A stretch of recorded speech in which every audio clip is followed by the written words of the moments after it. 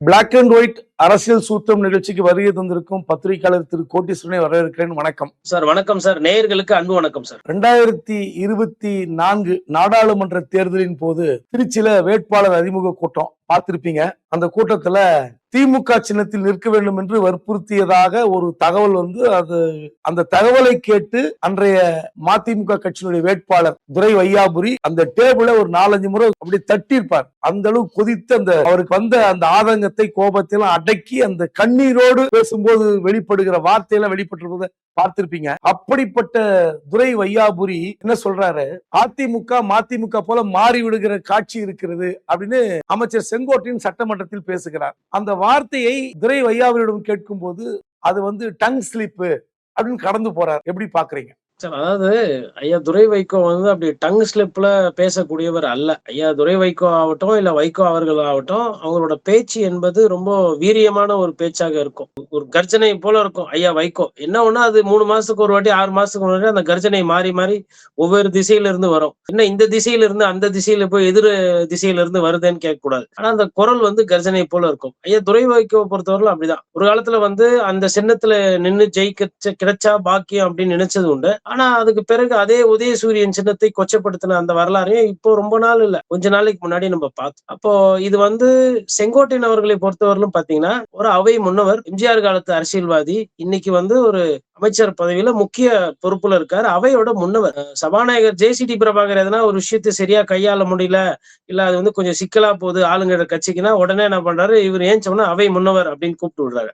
அப்ப அந்த வார்த்தைகளை பாத்தீங்கன்னா பார்த்து பார்த்து பயன்படுத்தக்கூடியவர். இப்போ அதிமுக மதிமுக மாதிரி ஆயிடும் அப்படின்னா, மறைந்த எஸ்.எஸ். சந்திரன் ஐயா ஒரு நகைச்சுவையா ஒரு விஷயம் பேசுவார். அது மதிமுகவே இல்ல, மரண திமுக, நிறைய பேர் இந்த கட்சியிலேயே இல்ல, போய் சேர்ந்தவங்க எல்லாம் நிறைய பேர் வேற கட்சிக்கு போயிட்டாங்க, மீதி பாதி பேர் கொஞ்சம் கொஞ்சமா போயே சேர்ந்துட்டாங்க. நானும் அங்கதான் இருந்தேன். எனக்கு 2-3 பங்களா இருந்தது. பங்களாலாம் நிறைய செலவாயிட்டதுனால இப்போ அந்த கட்சியில இருக்கிறத பாதுகாத்தா போதும் அப்படின்னு சொல்லிட்டு அப்ப அவர் மதிமுக அதிமுக இருந்தார். அதிமுக மேயரா அவர் நிக்கிறதுக்கு நிப்பாரு அப்படின்ற மாதிரி பேசப்பட்ட பொழுது அவர் இது திருமண கூட்டத்துல பேசின பேச்சு நடிகர் எஸ்.எஸ். சந்திரன் அவர், முன்னாள் நடிகர். அப்போ இப்ப இந்த மாதிரி அரசியல்வாதிகள்லாம் ஒரு கட்சியை பத்தி இன்னொரு கட்சி பேசுறது அப்படின்றது புதுசுதான். இதுல நம்ம யோசிச்சு பாக்குறது அப்படின்றதை தாண்டி அதுல இருக்கிற கருத்து அப்படின்னு பாத்தீங்கன்னா, சூழ்நிலைக்கு ஏற்றாற்போல் கூட பேச்சை மாற்றக்கூடிய தன்மை உடைத்தவர்களா மாறிட்டு இருக்காங்க. இப்போ சமீபத்துல கூட இடத்துல என்னுடைய கேள்வி என்னன்னா, தாவேகாவுக்கு ஒரு கேடயமாக செயல்படுவோம்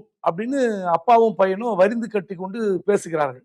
அதை விட முக்கியம், திமுக ஆட்சியில் ஊழல் கரை புரண்டு ஓடியது, ஊழலே இல்லாத ஆட்சிக்கு நாங்கள் இப்படி கவசமாக இருப்போம் அப்படின்னு சொல்லக்கூடிய ஒரு கட்சியை பார்த்து அந்த கட்சியினுடைய மூத்த உறுப்பினர் அல்லது அவை முன்னவர் இல்ல ஒரு முன்னணி அரசியல்வாதி, எல்லாரை விட அழகா பேச தெரிந்தவர் அப்படின்னு ஒரு பெயர் எடுக்க வேண்டிய செங்கோட்டையன் ஜஸ்ட் லைக் தட் அந்த கட்சியை விமர்சித்ததும் தப்பு தானே? இல்ல சார், அவரு ஜஸ்ட் லைக் தட் இல்ல, அவர் மனசுல இருந்தது வந்துச்சு. மதிமுகன்றது இன்னைக்கு வேற ஒரு கட்சியோட சேர்ந்து அந்த கட்சியோட சின்னத்துல நிக்கிற ஒரு நிலைமைக்கு போயிருக்கு. இப்போ திமுக கூட்டணியில நிறைய கட்சி இருந்தது. இப்போ அந்த ஒரு நிர்பந்தத்தை அவங்க கம்யூனிஸ்டுக்கோ இல்ல காங்கிரஸ்க்கோ இல்ல சிறிய கட்சிகள் IUML கூட நாங்க ஏனில தான் நிப்போம் தான் நின்னாங்க. இப்ப IUML இருந்த அந்த ஒரு அங்கீகாரம், அந்த முக்கியத்துவம் கூட மதிமுக கொடுக்கப்படலன்றது ஒரு உண்மை. இன்னொரு உண்மை, கசப்பான உண்மை என்னன்னா, மதிமுக அதனுடைய செல்வாக்க இழந்துகிட்டு வரும். என்னைக்கு நீங்க திமுகவுக்கு மாற்றுன்னு போயிட்டு அதுக்கப்புறம் நீங்க திமுகவோடவே சேர்ந்து ஐக்கியமாயி ஒரு சில சமரசங்கள், அதாவது அடிக்கடி கூட்டணி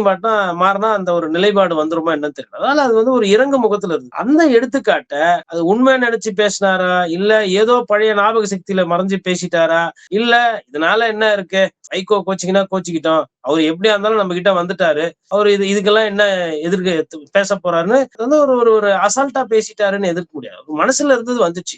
ஐயா செங்கோட்டையன் பாத்தீங்கன்னா அதிமுகவை கொச்சைப்படுத்துறதுக்கு என்னென்ன பண்ண முடியுமோ அத்தனையும் பண்ணிட்டு இருக்காரு. உதாரணத்துக்கு சட்டமன்றத்துல குதிரை பேர அரசியலை பத்தி விவாதம் போயிட்டு இருக்கு. அப்ப இவர் என்ன பண்றாருன்னா, அதிமுக எடப்பாடி தொகுதியில நிக்குது, திமுக நிக்குது, அப்போ அங்க தாவேகாவோட வேட்பாளர் மனுவை நீங்க ராஜினாமா பண்ண வச்சீங்க, அது குதிரை பேரம் இல்லைன்றாரு. அது வேட்பு மனு நிராகரிப்பு. அன்னைக்கு தேதியில வந்து எடப்பாடி பழனிசாமி முதலமைச்சரோ இல்ல முக்கியமான அமைச்சரோ கிடையாது. எடப்பாடி பழனிசாமி எதிர்க்கட்சியில இருக்கிறாங்க. அப்ப சேலத்துல வந்து ஒரு தாவேக்காவோட வேட்பாளரோட நாமினேஷன் ரிஜெக்ட் ஆகுதுன்னா அதுக்கு வந்து நீங்க ஒண்ணு கலெக்டரை கேட்கலாம், இல்ல ஆர்டிஓவை கேட்கலாம், இல்ல டிஆர்ஓ எலெக்ஷன்ஸை கேட்கலாம், இல்ல அந்த ஏரியா ரிட்டர்னிங் ஆஃபீஸரை கேட்கலாம், இல்ல அதை யாரு பிரைசைடிங் ஆஃபீஸர் பார்த்து அதை ரிஜெக்ட் பண்ணாங்களோ அது என்ன காரணம் ஏதுன்னு அப்படி பார்க்க. அதை விட்டு அரசியல் காழ்ப்புணர்ச்சிக்காக இதையும் அதையும் முடிச்சு போறாரு. அப்ப எலெக்ஷன்ல நாமினேஷன் ரிஜெக்ட் ஆகுதுன்னா விஷாலுக்கு கூட நாமினேஷன் ரிஜெக்ட் ஆச்சு ஆர்கே நகர்ல. அப்ப அதுக்கு வந்து விஷால் வந்து எதனா ஒரு கட்சியை சொன்னாரா? இல்ல எவ்வளவு பேரோட நாமினேஷன் இந்த மாதிரி ரிஜெக்ட் ஆயிருக்கு. பிஜேபியோட நாமினேஷன் கூட ரிஜெக்ட் ஆயிருக்கு. பிஜேபி சர்வ வல்லமை படுத்த கட்சி. அப்போ வந்து பிஜேபி நாமினேஷன் ரிஜெக்ட் ஆனதுக்கு திமுக தான் காரணம், அதிமுக தான் காரணம்னு சொன்னாங்களா? அப்போ அரசியல் புரிதல்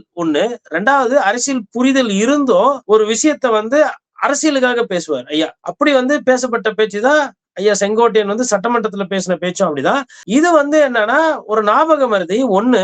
இப்போ தாவேக்காக்கு நிறைய பேர் வந்து சேர்றதுனால யாரு எந்த கூட்டணியில இருக்கிறாங்க, யாரு கடைசியா வந்து சால்வ போட்டு பாத்துட்டு போனது, யாரோட நிலைப்பாடுன்றது ஒரு கன்ஃபியூஷன். இப்போ அதனால வந்து இப்ப இதே வந்து விசிகா பத்தி பேசியிருக்க மாட்டாங்க. ஏன்னா விசிகா வந்து அண்ணன் திருமாவளவன் வந்து கொஞ்சம் கோவக்காரர். இந்த மாதிரி ஒரு வார்த்தையை நீங்க விட்டுருந்தீங்கன்னா அங்க இருந்து எதிர்வினை பயங்கரமா வரும். பிரதமர் வேட்பாளர் விஜய் ஆக போறாரு, இல்ல விஜய் அண்ணன் தான் பிரதமர் அப்படின்னும் பொழுது காங்கிரஸ் கட்சியில இருக்கிறவங்க பாத்தீங்கன்னா ஒரு எதிர்வினை ஆட்டுறாங்க. மதிமுக வந்து என்ன பண்றாங்க, எதிர்வினை ஆற்ற மாட்டாங்க. இப்ப ஐயா துரை வைக்கோ என்ன சொல்லுவாரு, அப்படியா அப்படின்ற மாதிரி சொல்றேன், இல்ல டங்கு ஸ்லிப். இப்ப அதே மாதிரி ஒரு பதில தான் வந்து பாத்தீங்கன்னா ஐயா செங்கோட்டைன்னு சொல்லுவாங்க. இவங்க என்னன்னா பேச வேண்டியதெல்லாம் பேசிடுவாங்க, கல்லாப்பெட்டி கூட்டணின்னு பேசுவாங்க. ஆனா அப்புறம் கல்லாப்பெட்டியோட சேர்ந்து கூட்டணி நடத்துவாங்க. அதுக்கப்புறமா வந்து ஒரு கட்சியை பத்தி மலிவா மட்டமாலாம் விமர்சனம் பண்ணுவாங்க. ஆனா அவங்க கூடவே அந்த கட்சியில இருந்து ஊழல் கட்சின்னு பேர் சொல்லிட்டு அந்த கட்சியில இருந்து யாருன்னா வந்தாங்கன்னா அவங்க ஊழல்வாதியா இருந்தாலும் பரவாயில்ல அவங்களை சேர்த்துக்குருவாங்க. அதனால தாவேக்காக்கு வந்து முன்னுக்கு பிறன் மாத்தி பேசுறதுன்றது ஒன்னும் புதுசு கிடையாது. இப்ப சமீபமா பார்த்துட்டு இருக்கோம். 15,000 கோடி வந்து விட்டது என்று சொன்னாங்க. அதை வந்து கிட்டத்தட்ட கொண்டாடல கேக் ஒட்டி. 15,000 கோடிக்கு எங்கெங்க கணக்கு, எந்தெந்த மூலமா எவ்வளவு வந்தது, அது ரசீது எங்க, செலவு எவ்வளவு, 15,000 கோடி கஜானாக்கு வந்ததா இல்ல வந்துகிட்டு இருக்கான்னு தங்கம் தென்னரசு பேரவையில கேட்ட உடனே இல்லங்க அது வரதா வருது, அது மிக விரைவில் வரும், அது வந்து சாராயத்துல வந்து சரக்கு வேலை எல்லாம் ஏத்தணும்னு வரும், அப்புறம் சொத்து வரி எல்லாம் கொஞ்சம் ஏத்தனா அதுல வரும், அதுக்கப்புறமா வந்து உங்களுக்கு பத்திரப்பதிவு வரிப்பீடு அதுல கொஞ்சம் ஏத்துவோம், அதுக்கப்புறம் வந்து உங்களுக்கு ஒரு 1,500 கோடி மத்த திட்டங்கள் எல்லாம் வரும், அப்படி ஒரு 15,000 கோடி வரும் அப்படின்ற. அப்ப ஒரு 15,000 கோடின்னும் போதே ஒரு வெளிப்படைத்தன்மை. அதனால அது ஒரு வெளிப்படைத்தன்மை இல்லாத ஒரு ஆட்சி. அதுல இருக்கக்கூடிய அமைச்சர்கள் மாத்தி மாத்தி பேசுறது, முன்னுக்கு முரணா பேசுறது அப்படின்றது வந்து ரொம்ப இயல்பு. அவர்கள் வந்து இனிமேல் நிறைய இந்த மாதிரி பேசுவாங்க. இது வந்து தொடரும். அமைச்சர் செங்கோட்டையன் போலவே நிதியமைச்சர் மரிய வில்சன் சட்டமன்றத்தில் பேசும்போது கடந்த ஆட்சி காலத்தில் பள்ளி கல்வித்துறையில் லஞ்சம் வாங்கினார்கள், லஞ்சம் வாங்கியதற்கு நானே சாட்சி அப்படின்னு அந்த குற்றச்சாட்டை வெளிப்படையாக வைத்தார். அப்புறம் இப்போ வேளாங்கண்ணி கோயிலுக்கு நடைபயணம் போய் கொண்டிருக்கிற இடத்தில் பேட்டி கேட்கும் போது அவர் சொல்றார், நான் லஞ்சம் கொடுக்கல, லஞ்சம் வாங்கியதாக ஒரு ஆதாரம் இருக்கிறது, அதைத்தான் நான் வெளிப்படுத்தினேன் அப்படிங்கிறார். அதாவது இந்த வடிவேலு படத்துல ஒரு ஆடு திருட்டு ஜோக்கு மாதிரி இருக்கு. ஆடு திருடு போன மாதிரி கனவு கண்டன்னு கடைசியில முடிச்சிருவாங்கல்ல, அந்த மாதிரிதான் செங்கோட்டையன் அப்படிதான் இருக்காரு, நிதி அமைச்சர் அப்படிதான் இருக்காருன்னு சொல்றீங்க சார். அதாவது ஐயா வந்து கொஞ்சம் இன்னும் வடிவேல் சார் இன்னும் கொஞ்சம் யதார்த்தமா நடிச்சிருப்பாரு. அதுல அந்த ஆடை பறி கொடுத்தவரும் நான் ஆடு திருடு போன மாதிரி கனா காண்டேன் அப்படின்ற மாதிரி சொல்லுவாங்க.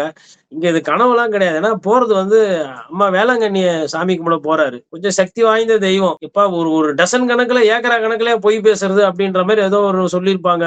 எதுக்கு இப்ப இது வந்து இப்போ ஒரு உண்மை அப்படின்னா வந்து ஒரு அமைச்சரா இருக்கிறாரு. இன்னைக்கு வந்து ஒரு வழக்கு பதிவு பண்ணலாம். அப்போ சமூக வலைதளத்துல ஒரு கேள்வி வர ஆரம்பிச்சிச்சு. சரி லஞ்சம் கொடுத்தீங்கன்னா எதுக்கு லஞ்சம் கொடுத்தீங்க, உங்களோட நோக்கம் என்ன, லஞ்சம் கொடுத்து அப்படி சாதிக்க வேண்டிய அந்த மிகப்பெரிய காரணம் என்ன, அப்படி என்ன சாதிச்சீங்க அப்படின்னு ஒரு சில கேள்வி எல்லாம் வருது. சரி கொடுத்தது உண்மை, வாங்கினது உண்மை, இப்பயாச்சும் வழக்கு தொடருங்க அப்படின்னு ஒரு சில கேள்விகள் கேட்கறாங்க. இப்போ இந்த திருட ஒரு வீட்டுக்கு நீங்க போறீங்க அப்படின்னா அங்க திருடனுக்கு தேள் கொட்டுச்சுன்னா கத்தவும் முடியாது, வைத்தியமும் உடனே பார்க்க முடியாது, ஃபர்ஸ்ட் அந்த வீட்டுல இருந்து ஓடி வந்துடணும் வெளியில. அந்த மாதிரி ஒரு சூழ்நிலை. அதனால வந்து இப்போ ஏதோ ஒண்ணு சொல்லிட்டாரு, இப்ப அதை வந்து எப்படி நியாயப்படுத்துறது அப்படின்றதுனால நான் வந்து சாட்சி அப்படின்றாரு. இப்போ இது வந்து யாருன்னா கண்டிப்பா வந்து இவரை வந்து போராடலாம் இது கேட்கணும். சாட்சினா சரி அப்ப கொடுத்தவங்க யாரு, எந்த இடத்துல, ஆனா அது ஒரு ஒரு ஹோட்டல் பேர் கிட்டத்தட்ட சொல்றாரு, ஒரு இடம் பேர் சொல்றாரு, அப்புறம் அன்பில் பொய்யா மகேஷ்ன்னு சொல்றாரு, பள்ளி கல்வித்துறைக்கு தான் கொடுக்கப்பட்டதுன்னு சொல்றாரு. இவ்வளவு விஷயத்த அபாண்டமாவோ இல்ல உண்மையாகவோ அது எப்படி வேணா வச்சுக்கலாம், பொய்யா வச்சுக்கலாம் இல்ல உண்மையா வச்சுக்கலாம்,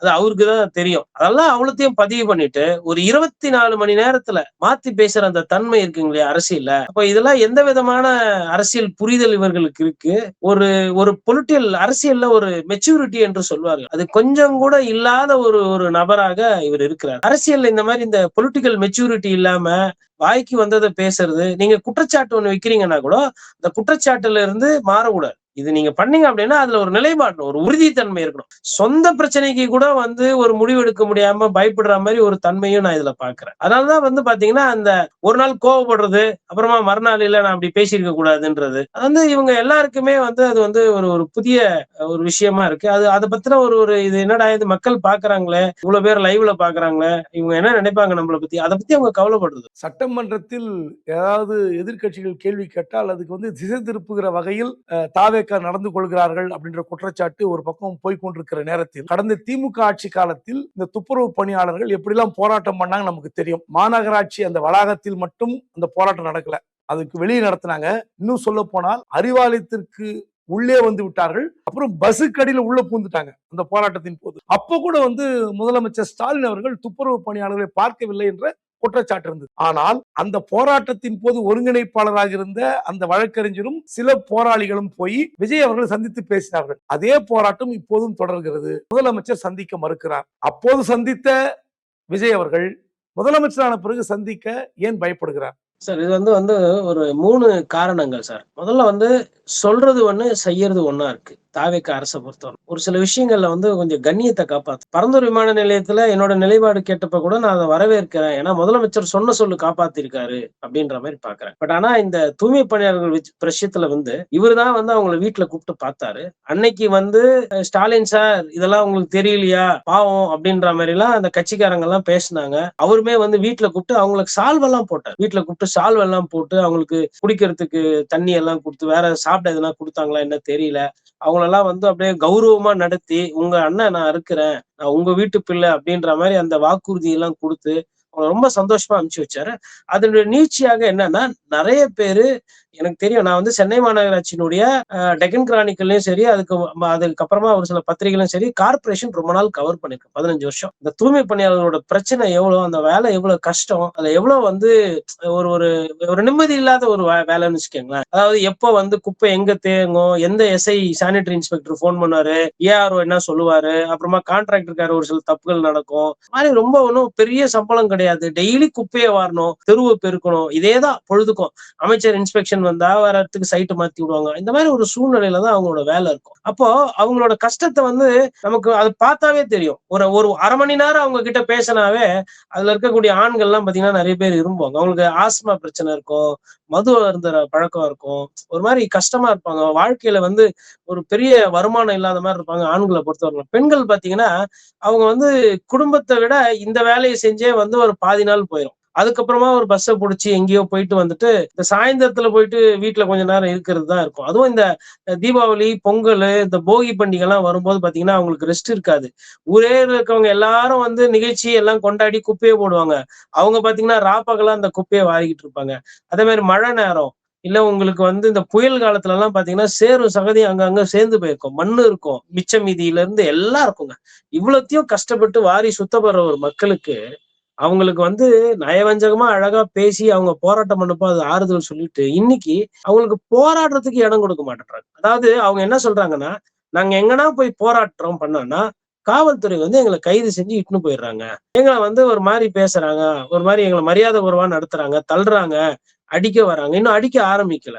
அது கூட வந்து ஆண்கள் யாருன்னா போராட்டத்துக்கு சப்போர்ட் பண்ணா அவங்கள வந்து கொஞ்சம் காட்டமா இது பண்றாங்க, பெண்களை வந்து ஏதோ ஒரு கண்ணியமா நடத்துறாங்க. அப்போ எங்களுக்கு வந்து வேலைக்கு அச்சுறுத்தல் ஒண்ணு, நிறைய வழக்குகள் எங்க தோழர்கள் மீது போடப்பட்டு இருக்கிறது. உத்தரவாதம் சொன்னவரே இன்னைக்கு வந்து பேச மாட்டேன்றாரு.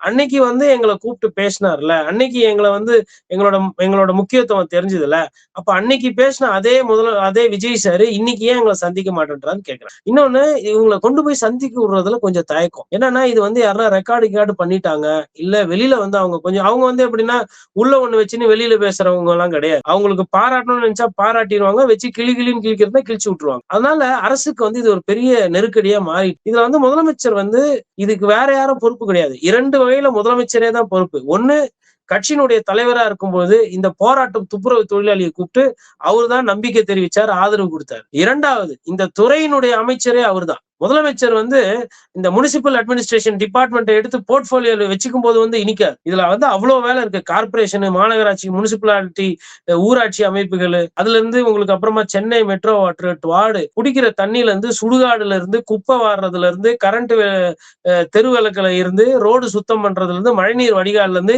கொசு உற்பத்தியை தடுக்கிறது, இவ்வளவு வேலை இருக்கு. ஒரு முதலமைச்சர் எனக்கு தெரிஞ்சு இந்த மாதிரி ஒரு டிபார்ட்மெண்ட் இதுக்கு முன்னாடி யாரும் வச்சது கிடையாது. ஆனா இவருக்கு ஏதோ ஒரு இன்செக்யூரிட்டி இருக்கும் பொழுது, அதனால இப்படி ஒரு டிபார்ட்மெண்ட்டையும் சேர்த்து வச்சுக்கிறார். எந்தெந்த டிபார்ட்மெண்ட் எல்லாம் பிரச்சனை கொடுக்குமோ, எந்தெந்த டிபார்ட்மெண்ட் எல்லாம் கோளாறு கொடுக்குமோ அதெல்லாம் இவர் வச்சுக்கிட்டு இருக்காரு. உதாரணத்துக்கு தூய்மை பணியாளர்கள் போராடுறது முனிசிபல் அட்மினிஸ்ட்ரேஷன். அவங்கள அடக்குமுறை போட்டு அவங்கள கைது செய்வேன், துன்புறுத்துவேன், நீங்க போராட்டம் பண்ணக்கூடாதுன்னு சொல்றது காவல்துறை. அதுவும் முதலமைச்சர் கிட்டே இருக்கு. அப்ப அவருக்கு எவ்வளவு பொறுப்பு இருக்கு. அவங்க இன்னொன்னு, நீதிமன்றத்துல வந்து எங்களுக்கு வந்து 700 சில்லற ரூபாய் இருந்தது, 812 ரூபாய் நினைக்கிறேன். 812, அதாவது 75 ரூபாயில இருந்து 90 ரூபாய் கூட வரும் சம்பளம். அதை உயர்த்தி கேட்கிறாங்க ஒரு நாள் கூலி. அதை செய்யறதுக்கு இந்த அரசுக்கு வந்து இன்னும் மனசு வரல.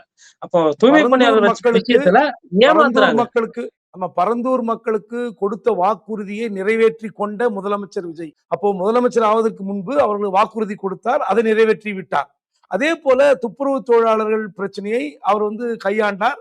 இப்போது ஏன் கையாளல? இதே இடத்துல இன்னொரு கேள்வியும் கேட்கிறேன். இப்போ வந்து இந்த பரந்தூர் பக்கத்துல விமான நிலையம் கொண்டு வருவதற்கு காரணமே ரியல் எஸ்டேட்னு சொல்லி அமைச்சர் ஆதவ் அர்ஜுன் சட்டமன்றத்தில் சொல்கிறார். திமுகவினரும் திமுகவினர் குடும்பத்தினரும் அந்த இடத்தை சுற்றி ரியல் எஸ்டேட்டுக்காக வாங்கி போட்டு விட்டார்கள். நிலங்களை வாங்கி குவித்ததால் தான் அந்த பன்னூர் பரந்தூர்கிட்ட ஏர்போர்ட்டே வருதுன்னு ஒரு குற்றச்சாட்டை வெளிப்படையாக வைத்திருக்கிறார். இப்ப என்னுடைய கேள்வி என்னன்னா, இப்ப கடந்த அதிமுக ஆட்சி காலத்தில் கிளாம்பாக்கம் பஸ் ஸ்டாண்டு அடையாளம் கண்டறியப்பட்டது. அதன் பிறகு திமுக ஆட்சிக்கு வந்து கிளாம்பாக்கத்தில் பஸ் ஸ்டாண்ட் கொண்டு வரப்பட்டது. இப்ப எனக்கு என்ன பிரச்சனைனா, கிளாம்பாக்கத்தில் போய் மக்கள் பஸ் பிடிப்பதில் என்ன சிக்கல் நம்ம பாக்குறோம். தீபாவளி, பொங்கல் மட்டுமல்ல, ஒரு நல்லது கெட்டது, ஒரு முகூர்த்த நாள் அல்லது ஒரு டெத்துக்குன்னா கூட கோயம்பேடுக்கு போய் கோயம்பேடு கிளாம்பாக்கத்துக்கு போனோம். ஆனா இது காலையில சாத்தியம். 11 மணிக்கு மேல் கோயம்பேடுக்கு போனா கிளாம்பாக்கத்துக்கு பஸ் இருக்கா தெரியாது. அப்போ கிளாம்பாக்கத்தில் மக்கள் கஷ்டப்படுகிறார்கள். ஒரு சென்னைக்கு உரிய பஸ் ஸ்டாண்டு செங்கல்பட்டு மாவட்டத்தில் ஏன் வைக்க வேண்டும்? பேசாம 90களில் 2000 எங்க இருந்ததோ, பாரிஸ்ல இருந்து, எங்க ஹைகோர்ட் பக்கத்துல பாரிஸ்ல இருந்தது bus stand, Vellore bus stand, Tiruvannamalai bus stand, Tirupati bus stand. பேசாம மக்கள் கஷ்டப்படுகிறார்கள் என்று கிளாம்பாக்கம் பஸ் ஸ்டாண்டை மீண்டும் இங்கு விஜய் கொண்டு வருவாரா? சார், 2 முக்கியமான ஒரு பிரச்சனையை எழுப்பியிருக்கீங்க சார். அதாவது மக்கள் பிரச்சனைகள். இப்போ தாவேக ஆட்சி, குறிப்பா முதலமைச்சர் விஜய் அவர்கள் வந்து மக்களோட பிரச்சனையில இருந்தோ, மக்களோட வாழ்வாதாரத்துல இருந்தோ, மக்களோட தேவைகள்ல இருந்து மிக மிக அதிகமா அந்நியப்பட்டு போயிருக்காரு. அவருக்கு வந்து யாரோட பிரச்சனையுமே புரியறது இல்லை. இப்போ ஒரு பத்திரிகையாளரா வந்து நீங்க வந்து எனக்கு தெரிஞ்சு டெய்லி வந்து கிளாம்பாக்கம் போறது இல்ல. பத்திரிகையாளரா நான் வந்து டெய்லி கிளாம்பாக்கம் போறது இல்லை. ஆனா அவங்க போற வரவங்களோட பிரச்சனை வந்து நம்ம கிட்ட சொல்றாங்க. மற்ற களத்துல இருக்கிற பத்திரிகையாளர்கள் போய் பார்த்து புலம்புறத பாக்குறோம். அதுவும் இந்த தீபாவளி, பொங்கல்னு வரும்போது எவ்வளவு கஷ்டப்படுறாங்கன்னு பாக்குறோம். குறைந்தபட்சம் இந்த ஆட்சி வந்து மேபி ஒரு வாரம் 10 நாள் கழிச்சு கோயம்பேடு பஸ் திருப்பி கோயம்பேடுல ஆரம்பிக்கும். ஒருவேளை இப்போ தாம்பரத்துக்கு வர பஸ் இல்ல செங்கல்பட்டு நிக்க வேண்டியது கிளாம்பாக்கத்தை இன்னொரு ஒரு பெரிய முனையமா ஆக்குறோம். அப்ப நிறைய பஸ் பெருங்குளத்துல நிக்கிறதுக்கு பதிலா இனிமேல் கிளாம்பாக்கத்துல நிக்கணும். அதுல ஒரு புரிதல். திருப்பதிக்கு போற வண்டியெல்லாம் இனிமேல் மாதவரத்துல இருந்து போகணும்னா கூட ஓகே, பாரிஸ்ல இருந்து மாதவரம் கொஞ்சம் பக்கம். அதே மாதிரி திருப்பி வந்து இப்ப பாரிஸ் பஸ் ஸ்டாண்டு கொண்டு வர முடியுமான்னு தெரியல. ஏன்னா அந்த இடம் நெருக்கடி ஜாஸ்தி ஆகி போச்சு. அது மொத்தமா அந்த சிஸ்டமே டிஃப்யூஸ் பண்ணிட்டாங்க. இல்ல, என்னுடைய கேள்வி அது இல்ல. அப்படி கொண்டு வரக்கூடாது, கொண்டு வர முடியாது. மக்களுடைய பயன்பாட்டுக்கு தான் நம்ம பஸ் ஸ்டாண்டு கொண்டு வரோம். ஆனால் இந்த பஸ் ஒவ்வொரு நாளும் பஸ் போக்குவரத்து வந்து நெரிசல் ஆகுறது. சென்னை நகரத்துல இருந்தா பாரிஸ்ல இருந்து கோயம்பேடுக்கு போச்சு, கோயம்பேடுல இருந்து கிளாம்பாக்கத்துக்கு போச்சு. மக்கள் வந்து ஏற்றுக்கொள்கிறார்கள் என்ற பார்வை ஒரு பக்கம். நான் ஏன் அது நக்கலா கேட்டேன்னா, இப்ப நீங்க பரந்தூர் வந்து விமான நிலையம் ரியல் எஸ்டேட்டுக்குன்னு சொல்றாரு. இப்ப அங்க ரியல் எஸ்டேட் வந்து ஒன்லி திமுக குடும்பத்துக்குங்கிறாரு. நான் என்ன கேட்கிறேன், இப்போ விமான நிலையம் வேண்டும் என்று தொழில்துறையினர் பல பேர் பேட்டி கொடுத்தது பார்த்தேன். இன்னைக்கு வாக்கிங்ல கூட சொல்றாங்க, காமன் மேன் ஓட்டு போட்டவர் கூட இது சரியான முடிவல்ல. வந்து விமான நிலையத்தில் போனா எவ்வளவு நெருக்கடி இருக்குன்னு நிறைய பேர் சொல்றாங்க. என் பையன் சொல்றான், என் பொண்ணு சொல்றான்னு எல்லாரும் சொல்றாங்க. இப்படிப்பட்ட சூழல்ல தேர்தலுக்கு முன் தான் கொடுத்த வாக்குறுதியை நிறைவேற்ற வேண்டும் என்ற ஒரே ஒரு கோரிக்கை, வேற ஒண்ணுமே கிடையாது. உண்மையிலே அவருக்கு வந்து விமான நிலையத்தை ஒரு புது விமான நிலையம் கொண்டு வர வேண்டும், அல்லது இருக்கிற விமான நிலையத்தை விரிவுபடுத்த வேண்டும் என்றால் ஒரு புதிய திட்டத்தை அறிவித்து விட்டு பிறகு நீங்க வந்து ரத்து செய்திருக்கலாம். ஆனால் பரந்தூர் விமான நிலையம் ரியல் எஸ்டேட் கொண்டு போய் முடிச்சிருக்காருல, அதுதான் என்னுடைய கேள்வி. சார் அது வந்து ரொம்ப துல்லியமான கேள்வி. அதாவது என்னன்னா, அவருக்கு வந்து பதில் நிறைய விஷயத்துக்கு தெரியறது கிடையாது. இந்த 100 நாள்ல வந்துட்டு தாவேக அரசுல வந்து கெட்ட பேர் நிறைய விஷயம் வந்திருக்கு. 200 யூனிட் கரண்ட் வந்து ஃபெயிலியர். கிட்டத்தட்ட அது ஃபெயிலியர்ன்ற முடிவுக்கே போலாம். ஏன்னா, மக்கள் தான் சாட்சி. மக்கள் கிட்ட போய் நம்ம யார கேட்டாலும் கரண்ட் பில் கூட வருது அப்படின்றத ஃப்ளைட்ல போறவங்களே பேசிக்கிற அளவுக்கு இன்னைக்கு அது ஒரு விவாத பொருளா இருக்கு. சாமானியர்கள் விட்டுருங்க. ஏழையில இருந்து பணக்காரங்கள்ல இருந்து நடுத்தருல இருக்கிறவங்க நடு நடு வர்க்கம் எல்லாமே வந்து இன்னைக்கு அத பத்தி பேசுறாங்க. சோ அப்ப கரண்ட் ஃபெயிலியர். 2வது வந்து உங்களுக்கு சட்டம் ஒழுங்கு பிரச்சனைன்னு பார்க்கும்போது தொடர்ந்து இளைஞர்களோட மர மரணம். அதாவது அது வந்து உங்களுக்கு வந்து நம்ம கோயம்புத்தூர்ல எடுத்துக்கலாம், அமுதன் எடுத்துக்கலாம், சென்னையில தனுஷ் எடுத்துக்கலாம். அமுதன் கேஸ் எல்லாம் பாத்தீங்கன்னா முட்டிக்கு கீழே வந்து ராடுல அடிச்சு கால் எலும்பெல்லாம் உடைச்சிருக்காங்க. Multiple fracture. இந்த குழந்தை வந்து உயிர் விடுறதுக்கு முன்னாடி அவங்க அம்மா கிட்ட கதறி இருக்கா, அம்மா என்னால நிக்க முடியல, என் காலை அடிச்சு உடைச்சிட்டாங்கம்மா அப்படின்ற மாதிரி. அப்போ அது வந்து ஒரு ஒரு மாதிரி மெட்டபாலிசம் ஷாக் ஆகி அவன் இறந்திருக்கிற மாதிரி சொல்றாங்க. அப்ப எந்த அளவுக்கு ஒரு ஒரு காட்டு மிராண்டித்தனமா அடிச்சிருந்தாங்கன்னா அது வந்திருக்கும். முதற்கட்ட காவல்துறையில என்ன பண்ணாங்க, ராகிங்கு, பசங்களுக்குள்ள அடிச்சுக்கிட்டாங்க, இது பேட்ச் சண்டை அப்படின்ற மாதிரி அதை இது வந்து தெரிந்தே உயிர் போகும்னு தெரிகிற அளவுக்கு அடிச்சிருக்கிறாங்க. முட்டி கீழனா அப்ப சிஸ்டமேட்டிக்கா பிளான் பண்ணி தனியா ஒரு இடத்துக்கு வண்டியில கூட்டு போய் வச்சு வெளுன்னு வெளுத்திருக்கிறாங்க.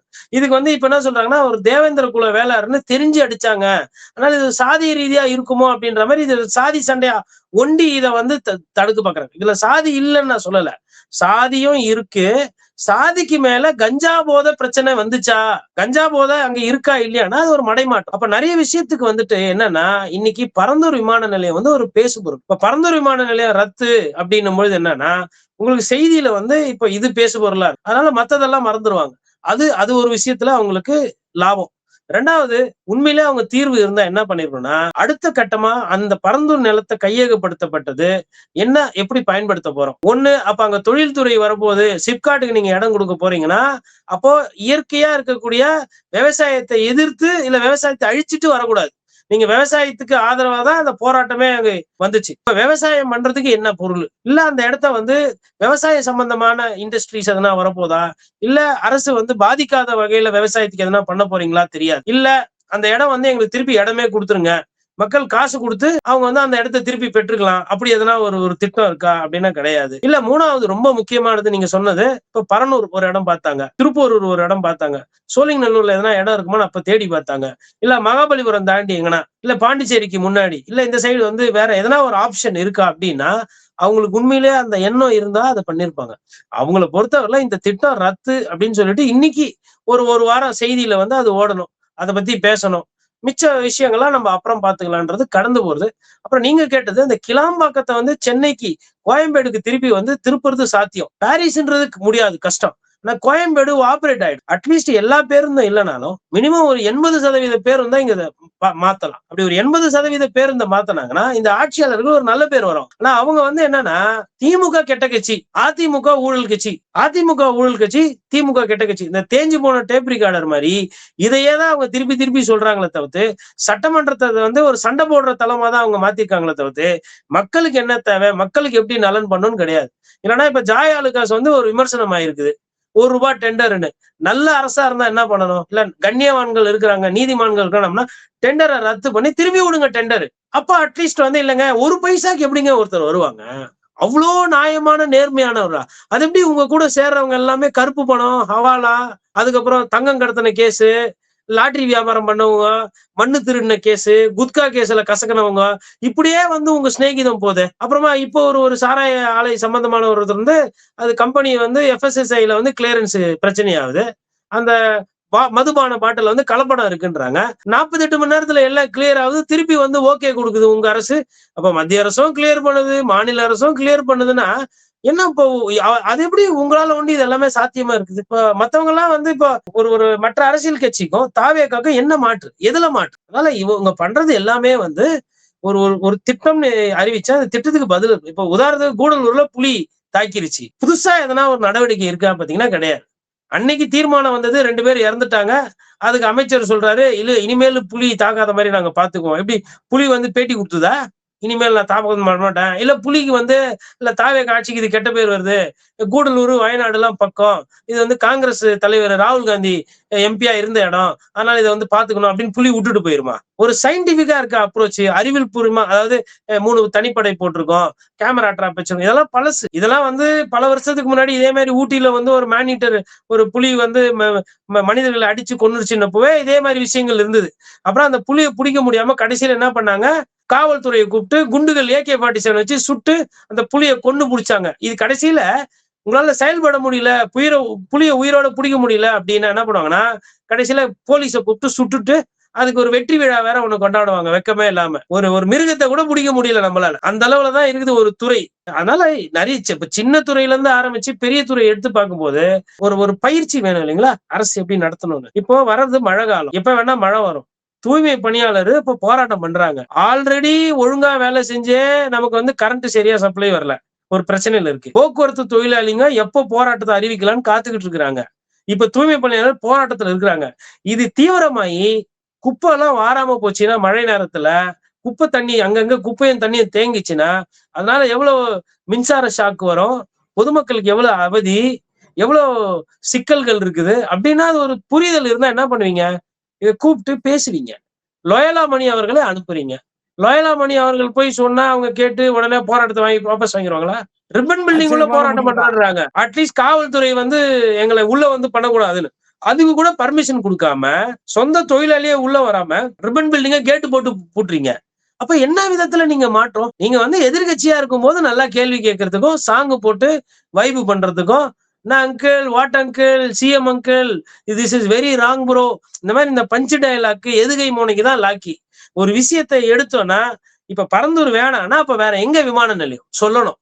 பரந்தூர்ல வாங்கப்பட்ட நிலம் 1700 ஏக்கரா வாங்கியிருக்கோம், இவ்வளவு பணம் செலவு பண்ணிருக்கோம் அப்படின்றத பேசணும். எதுக்கு முதலமைச்சர் 110 விதி கீழே போய் ஒளிஞ்சுக்கிறாரு? மக்கள் பிரச்சனை தானே, விவாதம் பண்றதுக்கு தானே சட்டமன்றம் வச்சிருக்கீங்க, விவாதம் பண்ணுங்க. எடப்பாடி பழனிசாமி ஏஞ்சி ஒரு சில கேள்வி. அதுல ஒரு தொழில்துறை அமைச்சர் ஒரு பதில் சொல்றார், கீர்த்தனா அவர்கள். அந்த நிலம் வந்து வேறு தொழில்துறைக்கு நம்ம வந்து ஒப்படைக்கலாம், அதாவது ஆலோசித்து ஒப்படைப்போம் அப்படிங்கிறாங்க. அதாவது இது இன்ன வகைக்கு என்று நிலம் வந்து கையகப்படுத்தப்பட்ட பிறகு அதே நிலத்தை வேறு தொழில்துறைக்கு கொடுத்தாலும் அந்த ஊர்ல இருக்கிற நீர்நிலை பாதிக்காதா? அப்ப என்ன மாதிரியான முடிவுகளை எப்படி அறிவிக்கிறாங்க பாருங்க சார். அதாவது அவங்க வந்து ரியல் எஸ்டேட்டோ வியாபாரமோ பண்ணக்கூடாது, நாங்க பண்ணிக்கலாம், அதான் நிலைப்பாடு. இப்போ அந்த இடத்துல வந்துட்டு நாங்க வந்து ஒரு ஒலிம்பிக் நகரம் கட்ட போறோம், தமிழ்நாட்டுல இருக்கிற எல்லா மாணவர்களும் அங்க வந்து தங்கி பயிற்சி எடுத்து நாங்க வந்து இளைஞர்களுக்காக ஒரு நகரத்தையே உருவாக்க போறோம் பரந்தூர்ல.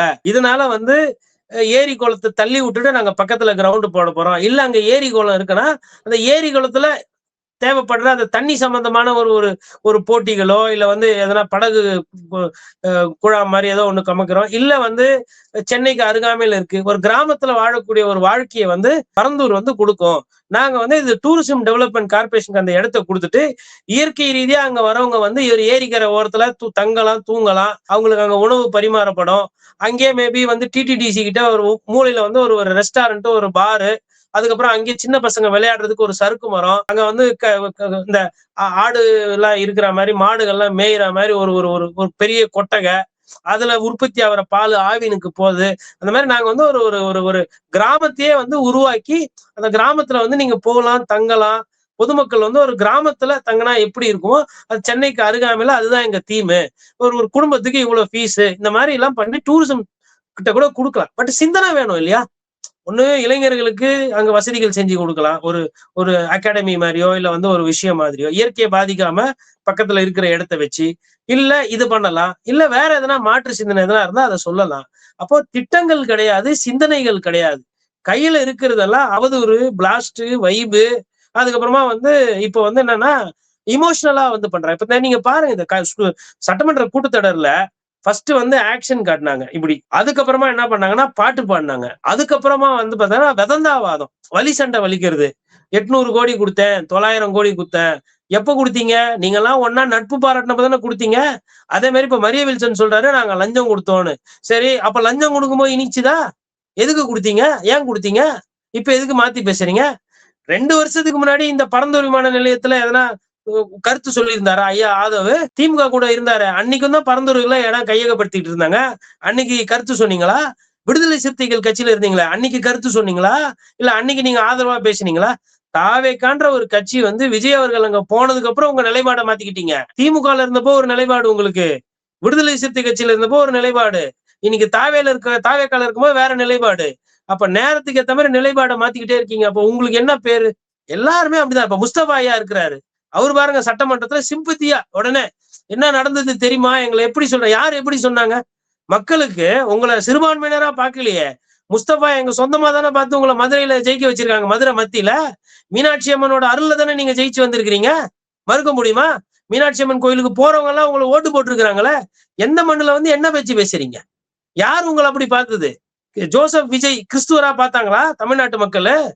அப்புறமா ஜெபமாலை எடுத்துட்டு வரீங்க. இப்ப இதே வேற யாருன்னா இந்த மாதிரி பண்ணாங்கன்னா கிண்டல் பண்ணுவீங்கல்ல நீங்க எல்லாம் சேர்ந்து.